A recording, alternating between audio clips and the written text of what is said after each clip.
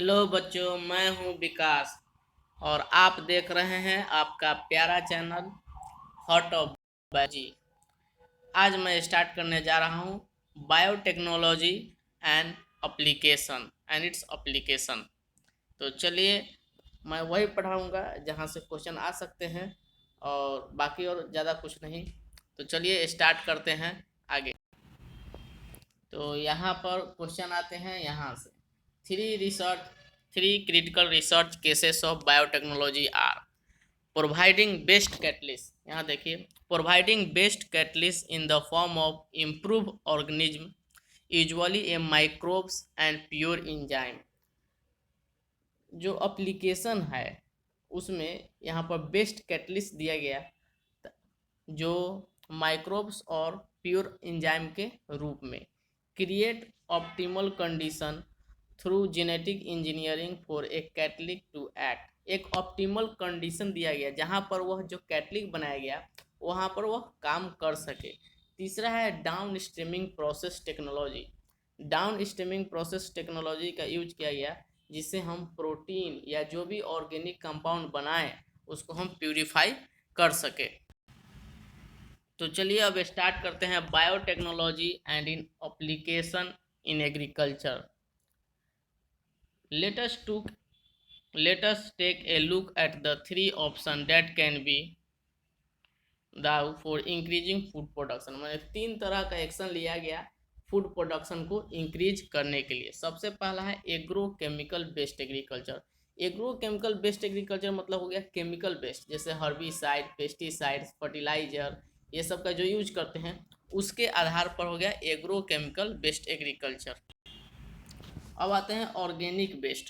Organic based मतलब हो गए मैन्योर, ये सब डालते हैं, काव डंग, केक, ये सब डाल करके जो बनाया जाता है उसे हम ऑर्गेनिक बेस्ड कहते हैं।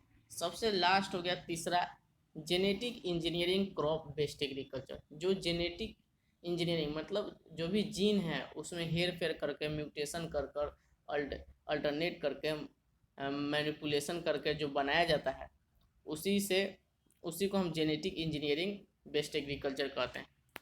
अब आते हैं green revolution. Green revolution succeed in tripling the food supply but it was not enough to the feed of governing human population. ये कह रहा है कि ग्रीन रिवोल्यूशन लाया। सबसे पहले एक चीज़ याद कर लीजिएगा, यहाँ पर नहीं दिया है।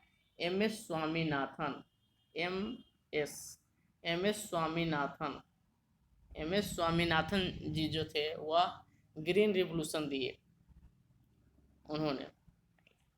और ग्रीन रिवोल्यूशन आने के बाद फूड का प्रोडक्शन ट्रिपल हो गया। फिर भी यह इतना प्रोडक्शन नहीं हो पाया जो हमारे जो ह्यूमन पॉपुलेशन, जो पॉपुलेशन हमारा बढ़ रहा था उसको वो फुलफिल कर पाए। तो अब उसको बढ़ाया कैसे जाए, तो बहुत लोगों ने क्या किया कि उसको इम्प्रूव्ड क्रॉप वैरायटी को इम्प्रूव्ड किए। But mainly due to the use of better management practice, मतलब अच्छा से देख रेख किया गया, बेटर मैनेजमेंट प्रैक्टिस किया गया, यूज एग्रो केमिकल मैंने हर्बिसाइड, पेस्टिसाइड का भी यूज किया गया, तो हल्का सा यील्ड और डेवलप हुआ। बट फार्मर है जो डेवलपिंग वर्ल्ड में, जैसे इंडिया भी एक डेवलपिंग वर्ल्ड है, तो डेवलपिंग वर्ल्ड में एग्रो केमिकल जो है टू एक्सपेंसिव, बहुत ज़्यादा एक्सपेंसिव होता है, इसलिए वह ज़्यादा केमिकल का यूज भी नहीं कर सकते हैं। अब चाहिए कि हमको और भी ज़्यादा हम वैरायटी को बढ़ाया जाए, और भी ज़्यादा हम फूड प्रोडक्शन को बढ़ाया जाए, लेकिन यह पॉसिबल नहीं था। कन्वेंशनल मैंने पुराने तरीके से यह पॉसिबल नहीं हो पाया। तब कह तब कह रहा है कि क्या कोई ऐसा है जो मिनिमम फर्टिलाइजर का यूज हो, कम फर्टिलाइजर और केमिकल का यूज हो, जो कि इन्वायरमेंट को इफेक्ट ना करे। क्योंकि केमिकल का यूज होता है तब पानी को इफेक्ट करता है, जिस सॉइल को इफेक्ट करता है, तो इन्वायरमेंट को इफेक्ट करता है। तब पता चला कि हाँ, एक है जेनेटिकली मॉडिफाइड क्रॉप। यह एक पॉसिबल सॉल्यूशन था। Plant, bacteria, fungi, animal who gene have been altered. कह रहा है कि प्लांट का, बैक्टीरिया का, फंजाई का, एनिमल का, उसके जीन को अल्टर्ड किया गया, मैंने चेंज किया गया, हेर फेर किया गया, मैनिपुलेशन, चालाकी से उसको निकाला गया, और जेनेटिकली मॉडिफाइड ऑर्गेनिज्म बनाया गया जो माने जीन को हेरफेर कर दिए, उसी को हम लोग जेनेटिफाइड ऑर्गेनिज्म कहते हैं। अब देखिए जेनेटिकली मॉडिफाइड ऑर्गेनिज्म जब बना लिए जीएमओ, तो उससे हम लोग को फायदा क्या क्या हुआ। सो देखिए, made crop more tolerant to abiotic stress, मान उस हम क्रॉप को ऐसा बना दिए जो एबायोटिक स्ट्रेस, मतलब जो कोल्ड ड्रॉट सॉल्ट हीट जो है उस स्ट्रेस से बच सके, वैसा बना दिया गया। Reduce reliance on chemical pesticide, जो केमिकल पेस्टिसाइड्स का हम लोग ज़्यादा यूज करते थे, हर्बिसाइड्स फर्टिलाइजर ये सब का, उसका यूज कम कर सके। उसके बाद पेस्ट रेसिस्टेंस क्रॉप, जो इंसेक्ट के द्वारा पेस्ट रेसिस्टेंट हो जाता था, उससे हम लोग बचाने लगे। फिर उसके बाद है help to reduce post harvest loss. इसको बहुत लोग नहीं समझ पाते। देखिए, पोस्ट हार्वेस्ट लॉस मतलब हो गया, जब धान होता है, गेहूँ या राइस, उसको जब काटते हैं, जब काटने के बाद जो लॉस होता था, गिर जाता था खेतों में, वो बच गया, क्योंकि इसका स्टेम जो है ना मजबूत बना दिया गया, इसके स्टेम को मजबूत बना दिया गया। Increase efficiency of the mineral usages by the plant. Plant क्या करता था, खेत में मिनरल है लेकिन उसको यूज नहीं कर पाता था, अब उसके मिनरल के यूज करने का एफिशिएंसी को बढ़ा दिया गया, जिससे क्या हुआ कि फर्टिलिटी जो है ना सॉइल का बरकरार रहता था ना, तो मिनरल बहुत ज़्यादा हो जाता है सॉइल में, तो उससे नमक का मात्रा बढ़ जाता है, जिससे फर्टिलिटी घट जाता था। अब है enhance nutritional value of food, food का भी न्यूट्रिशनल वैल्यू बढ़ गया। जैसे गोल्डन राइस में क्या हो गया, विटामिन ए इंक्रीज आ गया, विटामिन ए उसमें बहुत ज़्यादा मात्रा में हो गया। अब आगे पढ़ते हैं, in addition to these genetically modified has use to create tailor made plant to supply. हाँ देखिए, इसके अलावा भी जेनेटिकली मॉडिफाइड क्रॉप जो है एक ऐसा प्लांट बनाया जो अल्टरनेटिव रिसोर्स हो गया इंडस्ट्री के लिए। जैसे किस रूप में, स्टार्च, इंडस्ट्री को स्टार्च देने लगा, फ्यूल देने लगा, दवाइयाँ देने लगा, इस रूप में एक बना दिया गया। Some of the application of biotechnology, यहाँ देखिए, some of the application of biotechnology in agriculture that will you study in detail in the production of pest resistance plant would be decreases amount of pesticide uses। कुछ genetically biotechnology जो है वही पीछे जो दिया है वही कि कुछ एप्लीकेशन है बायोटेक्नोलॉजी एग्रीकल्चर का जो यूज किया गया। यहाँ कह रहा है कि कुछ टेक्निक का यूज किया गया जिससे पेस्टिसाइड का जो अमाउंट का यूज होता था वह घटने लगा। BT toxin produce bacterial thuringiensis, BT toxin जो है वह बनता है बैसिलस थ्यूरोजेनेसिस, बैसिलस थ्यूरोजेनेसिस को ही बीटी शॉर्ट में कहते हैं। ठीक है, यहाँ बीटी को शॉर्ट में कहते हैं। BT toxin gene has been cloned from a bacteria, BT toxin gene जो है हम बैक्टीरिया से निकालते हैं। अब देखिए, BT toxin gene have been clone from the bacteria, BT toxin gene जो है ना बैक्टीरिया से निकाले और उसको प्लांट में क्या करिए, प्रोवाइड कर दिए, प्लांट में डाल दिए। रेसिस्टेंस टू इंसेक्ट, क्यों, क्योंकि इंसेक्ट से उसको रेसिस्टेंस कर सके, without the need of insecticide, वहाँ पर इंसेक्टिसाइड का यूज ऐसे नहीं होगा। It effect the create a biopesticide, इसी को हम लोग बायोपेस्टिसाइड कहते हैं। किसी भी लिविंग जीव का यूज करके अगर किसी भी प्लांट को बचाते हैं चाहे एनिमल को बचाते हैं, उसे हम बायोपेस्टिसाइड कहते हैं। इसमें बहुत सारे एग्जांपल है, BT cotton, BT corn, rice, tomato, potato, soybean, ये सब का हम लोग यूज करते हैं। चलिए अब पढ़ते हैं बीटी कॉटन, बहुत ही इम्पोर्टेंट है, यहाँ से क्वेश्चन आते हैं। एक क्वेश्चन यहाँ से रहते हैं इस टॉपिक से, बीटी कॉटन से। Some strain of bacillus thuringiensis produce protein, कुछ स्ट्रेन जो है बैसिलस थ्यूरोजेनेसिस का वह बनाते हैं प्रोटीन जो किल करता है कुछ इंसेक्ट को। जैसे लेपिडोट्रेंस, ये सब स्पेसिफिक होते हैं, जो प्रोटीन बनाते हैं वह एक स्पेसिफिक ही होते हैं। जैसे लेपिडोट्रेंस है टोबैको, बर्डवर्म, आर्मीवर्म, याद कर लीजिएगा, lepidopterans, tobacco, budworm, armyworm. Coleopterans beetle, dipterans, flies and mosquito. Bacillus thuringiensis बनाता है protein during a particular phase of the growth, bacillus thuringiensis जो है वह प्रोटीन बनाता है अपने ग्रोथ के समय। These crystal contain a toxic insecticidal protein, और उस क्रिस्टल में टॉक्सिक इंसेक्टिसाइडल प्रोटीन होता है। Why does these toxic not kill the bacilli, लेकिन वह उसको बैसिलस को ही क्यों नहीं मार पाता? उसके अंदर टॉक्सिन है तो बैसिलस को ही मार देना चाहिए, लेकिन नहीं मारता है, क्योंकि बीटी टॉक्सिन जो है वहाँ इनएक्टिव स्टेज में पाया जाता है, इनएक्टिव प्रोटॉक्सिन में होता है, इनएक्टिव स्टेज में होता है। बट जब यह इंसेक्ट जब उसको खाता है, इनडाइजेस्ट करता है, इनएक्टिव टॉक्सिन जो होता है कन्वर्ट हो जाता है एक्टिव में toxin due to alkaline pH of the gut, क्योंकि अल्कलाइन पीएच होता है, इनएक्टिव से एक्टिव में हो जाता है, क्योंकि अल्कलाइन पीएच होता है गट ऑफ सोलुबल क्रिस्टल। मतलब जो इंसेक्ट का गट है वह अल्कलाइन होता है, हम लोग का भी गट है वह अल्कलाइन होता है।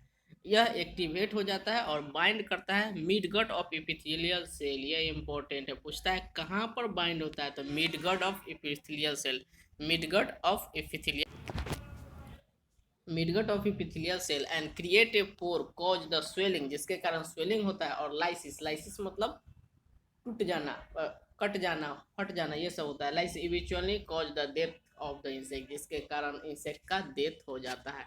ये भी बहुत इम्पोर्टेंट है पूरा, ये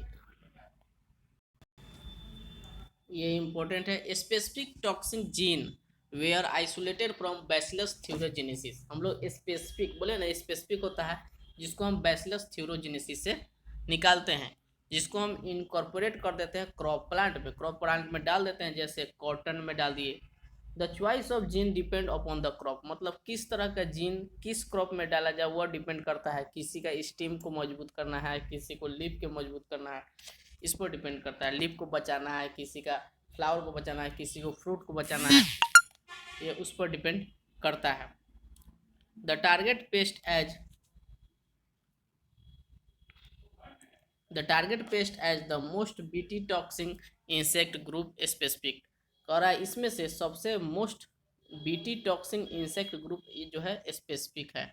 toxin is coded by the gene cry 1AC, toxic जो है वह कोड करते हैं जीन को, जिसे हम कहते हैं cry 1AC, cry 1AC, cry 1AC named cry, जिसको नाम दिया गया है cry. There is a number of them, for example protein encoded gene cry 1AC, cry 2AB, ये पूछता है क्राई 1AC, क्राई 2AB, तो cotton bollworm, cry 1AC, cry 1AC, cry 2AB, cotton bollworm, cry AB corn borer, cry AB corn borer को बचाता है। Cry 1AB जो है protein है और वह बचाता है कॉर्न बोरर से, मक्का को जो खाता है उससे बचाता है। चलिए पढ़ते हैं paste resistance plant. Several nematode parasite, बहुत सारे निमेटोड पैरासाइट है, wide variety of plant animal including human being, बहुत सारे निमेटोड पैरासाइट है, बहुत सारे निमेटोड जो है पैरासाइट है, जिसमें प्लांट में, एनिमल में, ह्यूमन बीइंग में भी पैरासाइट का उपयोग होता है, पैरासाइट होता है। Meloidogyne incognita infect the root of tobacco, ये एक इम्पॉर्टेंट क्वेश्चन है यहाँ से। मिलेडोगाइन इंकोगोनेशिया जो है टोबैको के रूट में इफेक्ट करता है, जिसके कारण प्रोडक्शन का बहुत ज़्यादा कमी हो जाता है। एक नोबल स्ट्रेटजी है जो एडॉप्ट करता है prevent the infection which was based on the RNA interference, मतलब एक नया टेक्निक लाया गया RNA इंटरफेरेंस, जिससे इसको टोबैको प्लांट को बचाया गया।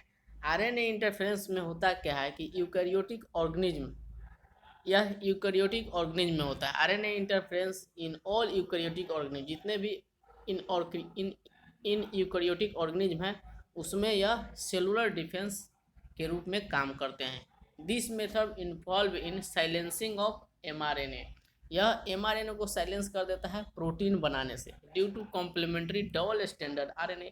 अगर डबल स्टैंडर्ड RNA हो जाएगा तो वह प्रोटीन बनेगा ही नहीं, क्योंकि सिंगल ही RNA होता है जो प्रोटीन कोड करता है, एक साइड टेम्पलेट होता है, एक साइड डॉटर होता है। Molecules to bind the prevent and translation of mRNA, और साइलेंसिंग से बचा देता है, मतलब mRNA नहीं होने देता है, mRNA प्रोटीन नहीं बनने देता है। The source of complementary RNA could be form of infection, जो सोर्स है कॉम्प्लीमेंट्री RNA के could be form an infection by virus having RNA genome and mobile genetic element, ये याद कर लीजिएगा, मोबाइल जेनेटिक एलिमेंट को हम ट्रांसपोन कहते हैं, ट्रांसपोन, मोबाइल जेनेटिक एलिमेंट को हम ट्रांसपोन कहते हैं टू रिप्लिकेट भाई आरएनए इंटरमीडिएट, जो रिप्लिकेट करता है।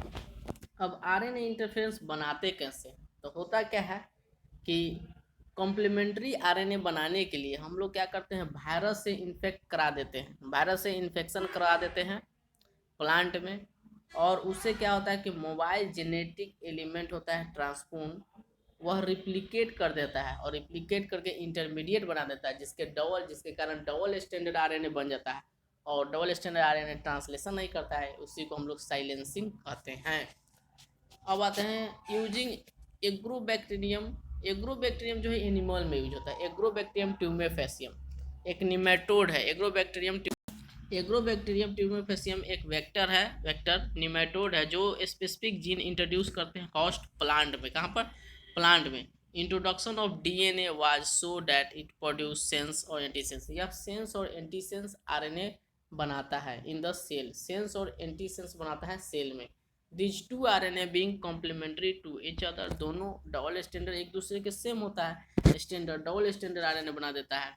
इनिशिएट आरएनए, जिसके कारण आरएनए आई बन जाता है, इंटरफेरेंस बन जाता है और साइलेंसिंग कर देता है स्पेसिफिक एमआरएनए को आगे बढ़ने, आरएनए को प्रोटीन बनाने से रोक देता है। Thus, the consequence of the parasite could not survive in a transgenic herd। अब क्या है कि जो पैरासाइट है वहाँ पर सर्वाइव नहीं कर पाता है, इसलिए सर्वाइव नहीं कर पाता है क्योंकि वहाँ पर प्रोटीन बनता ही नहीं है, उसके लिए जो ज़रूरत है वो बनता ही नहीं है, इसलिए वह सर्वाइव नहीं कर पाता है, और इसी को हम इंटरफेरिंग आरएनए कहते हैं। Transgenic plant got itself protect from the virus, इस तरह से वह अपने आप को प्रोटेक्ट कर लेता है। Thank you for watching, and next video आएगा अगले दिन, तब तक के लिए गुड बाय।